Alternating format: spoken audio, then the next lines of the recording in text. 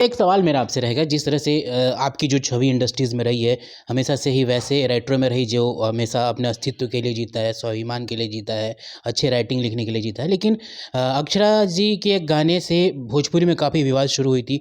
पवन जी का वो गाना अक्षरा जी पतरे पतरे कमरिया करके था, और उस समय आपके नाम को काफ़ी कह सकते हैं गलत नज़रिए से देखा गया, क्योंकि अजय बच्चन जी इस तरह की चीज़ें नहीं करते थे। सवाल उस समय नहीं कर पाया था क्योंकि आप थे नहीं। अब मैं चाहूँगा कि भैया क्या आपके उस गाने की क्या सच्चाई थी? क्यों आपके ऊपर इतने बड़ा आरोप लगे थे इंडस्ट्रीज़ में?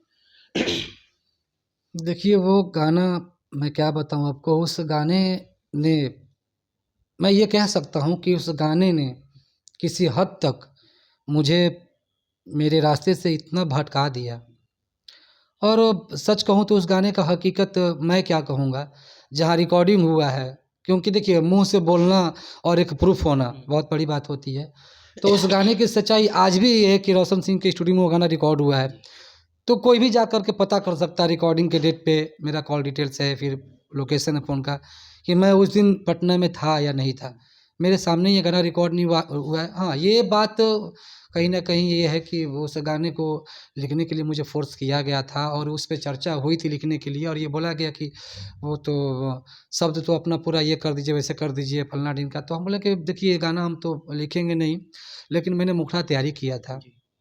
तैयारी करने के बाद उस गाने को मेरे बिना मौजूदगी में उस गाने को पता नहीं, मुझे ये भी नहीं पता है कि किस डेट को रिकॉर्ड, इतना जान रहा हूँ कि रिकॉर्डिंग कहाँ हुआ है और कौन-कौन उस टाइम वहाँ बैठे हुए थे। उस टाइम मैं बक्सर था अपने घर पे।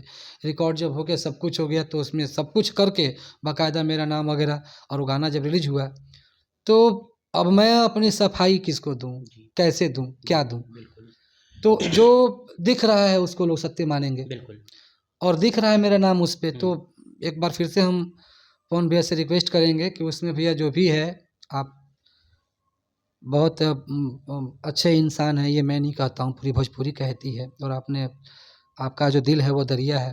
तो एक बार इस भाई को माफ़ करते हुए फिर से एक बार अपना भाई समझ करके अपनाइए। उसकी उसका हकीकत यही है कि मैं उस गाने की चर्चा मेरे से सब कुछ हुई। हुँ, मैंने तैयारी भी किया मुखड़ा, लेकिन वो मेरा रिकॉर्डिंग के वो गाना नहीं था, ना ही मैं था उसमें। हुँ, बाकी के अंतरे वगैरह जो भी हैं, कैसे है, क्या है, मुझे कुछ आइडिया नहीं है। जी। हाँ, बेशक उसमें मेरा नाम है, और क्यों है, क्या है, कैसे है, मैंने उसका शुरू किया मुखड़ा इस वजह से है या क्या है भगवान जाने, लेकिन है तो। अब पवन जी के साथ आपके रिश्ते कैसे हैं? क्योंकि एक उस समय था जब आप पवन जी के लगातार बैक टू बैक गाने दे रहे थे और गाने इतने हिट भी थे। अब रिश्ते कैसे हैं? क्या उन चीज़ों को लेकर कुछ कहीं न कहीं मन में खटास है?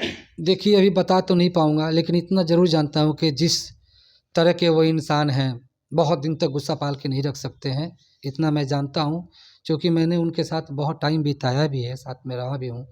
वो कैसे इंसान हैं मैं बहुत बढ़िया जानता हूँ। वो वाक़ई में वो क्या बोलते हैं, वो मोम की तरह पिघलने वाले जी। इंसान है, जहाँ प्यार मिले वहाँ वो जान लेके हाज़िर रहते हैं। तो इस भाई पे वो करुणा दया करेंगे, इतना मुझे उम्मीद है। बाकी ऐसा लग रहा है मुझे कि भैया बहुत दिन तक नाराज़ नहीं रहेंगे, और बहुत दिन हो गया मुझे मिले हुए उनसे, तो बहुत जल्दी मिलने जाऊँगा उनसे मैं। कुछ तैयारियाँ करी हैं गानों की पवन जी के लिए स्पेशली, क्योंकि आपकी जो लिरिक्स की कलम की जब कमाल चलती है तो इंडस्ट्रीज़ नाचती है। तो कुछ तैयारियाँ हुआ है? बिल्कुल, बिल्कुल।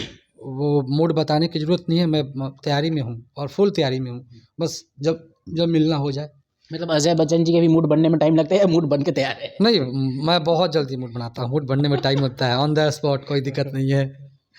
बहुत भैया जल्दी मेरा ये गाना आप लोग शायद सुने होंगे, घंटा फ़र्क नहीं पड़ता है, जी।